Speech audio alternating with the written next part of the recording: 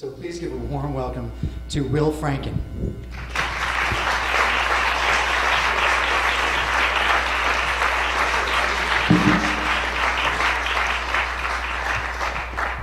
Ladies and gentlemen, boys and girls, I would like to present to you the international symbol for bisexuality.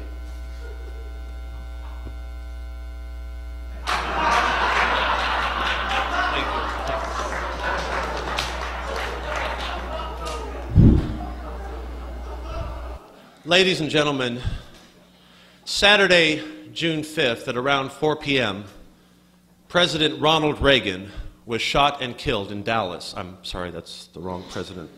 Haven't had my coffee this morning, I guess you guys can tell. Ladies and gentlemen, Saturday, June 5th at around 4 p.m., President Ronald Reagan, I'm sorry, he's not the president, he's the ex-president. Sorry. Ladies and gentlemen, Saturday, June 5th at around 4 p.m., ex-president Ronald Reagan passed away at the age of 362, a disease of Alzheimer's victim, a victim of Alzheimer's disease. President Reagan was a president and a human, and not once during the 8 hours of his presidency, the 8 years of his presidency, did President Reagan ever stop being a human. President Reagan was a brave and courageous world leader who had black hair. He had arms and legs. He once rode a horse. He was married and owned a television set. And sadly, this great man is no more. President Reagan was a man who was capable of standing up or sitting down whenever he felt like it. And sadly, he will no longer be standing up or sitting down. He will be laying down in the ground. He is dead, and a nation mourns. Perhaps the one thing that President Reagan remembered to do during his terrible bout with Alzheimer's, he remembered how to die. And sadly, we as a nation wish that he would have remembered to forget to die, but instead he forgot to remember to forget to die, and he is dead, and a nation mourns. So at this time, with heavy hands and silent heart, I would ask that we join together in a moment of talking so we can continue talking about this great and wonderful man. And then, when we are done talking, let us pause. And then let us start talking again to signify the end of that pause, and let us pause again. And now, ladies and gentlemen, I would invite you to join me in prayer for this great and fallen world leader. O wonderful and blessed Jesus Christ, O grateful and wonderful Earth God, Mother, Father, you who have no gender, race, or sexual orientation, O multicultural and diverse entity, O nondescript and intangible being, please help us to be more nonspecific.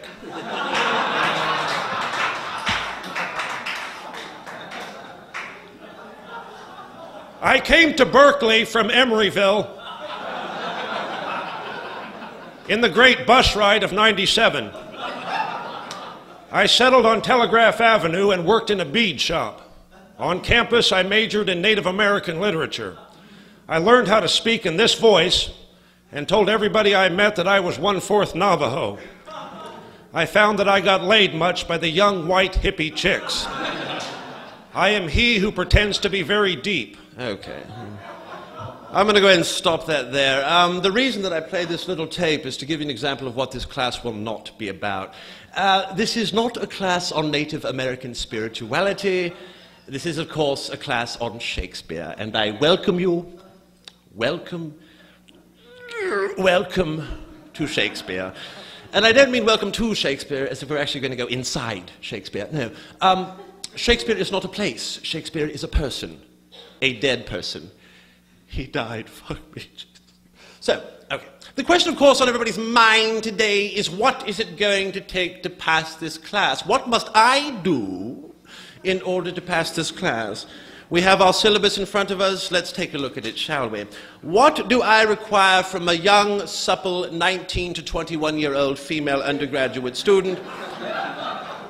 In order to pass my class, it states quite clearly, you must go to bed with me. I cannot stress this enough. If you're going to claim to know even one iota of what Shakespeare is all about, you must copulate with me. Now, I know this is college, this is new to a lot of you. Many of you have never been away from home before. Many of you have never even fucked. That will all change during the course of this semester. Now, it's not quite as easy as you might think. There is quite a bit of prerequisite material I do require from my female students. You must purchase a Girl Scouts uniform. They're available at the university bookstore. Wear that to my house at an undisclosed date. Ask me if I wish to purchase any Girl Scout cookies. I will say no. You will lead me into the kitchen, turn me over on your knee, and give me a thorough spanking for not supporting my local community. During which time I will obtain a mild erection. You will fillet me for 20 to 30 minutes, and then lifting the skirt of your Girl Scout uniform, you will allow me to insert myself inside you where I may ejaculate freely and without remorse.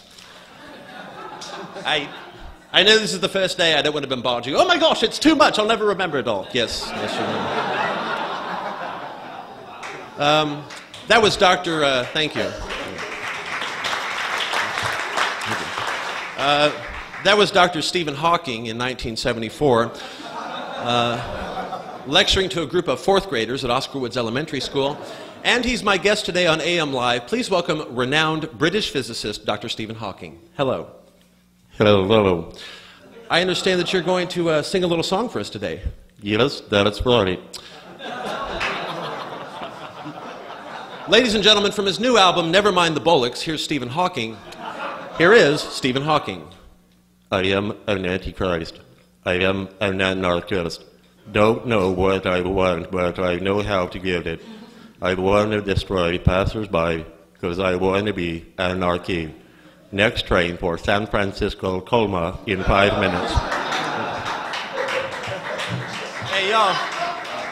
I'm going to leave y'all in a special way. Y'all been a lovely audience. My second time playing down here at Viva Variety, and it's always a joy. I'd like to leave you with a little song tonight, maybe something to remember me by, if you don't mind. This is a song called No Eye for an Eye, and it's kind of how I feel about the death penalty.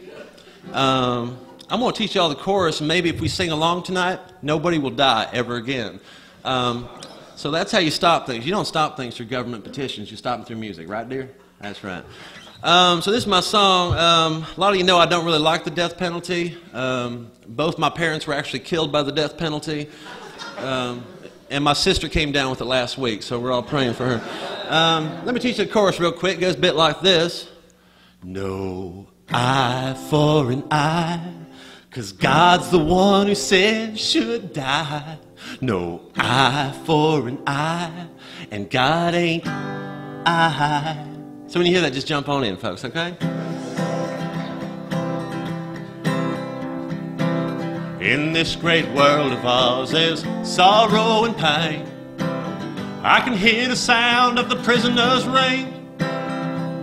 So for every man on death row and every man to come, it's for them that I sing. No eye for an eye, 'cause God's the one who says should die. No eye for an eye, God ain't I. Let me tell you about my friend named John. He put a clown suit on and went out to entertain the little boys. He beat them over the head, and when he was sure they were dead, he'd rape their little corpses. That was his choice. Freedom of choice. No eye for an eye, 'cause God's the one who says should die. No eye for an eye, God ain't I. Let me tell you about my friend named Ed. Chopped off his mother's head and put it on the mantle and used it as a dartboard. He threw her larynx down the sink, then he took her organs nice and pink and baked her in a casserole dish. And now they want him to die? No eye for an eye, 'cause God's the one who says should die. No eye for an eye, God ain't I. Let me hear San Francisco.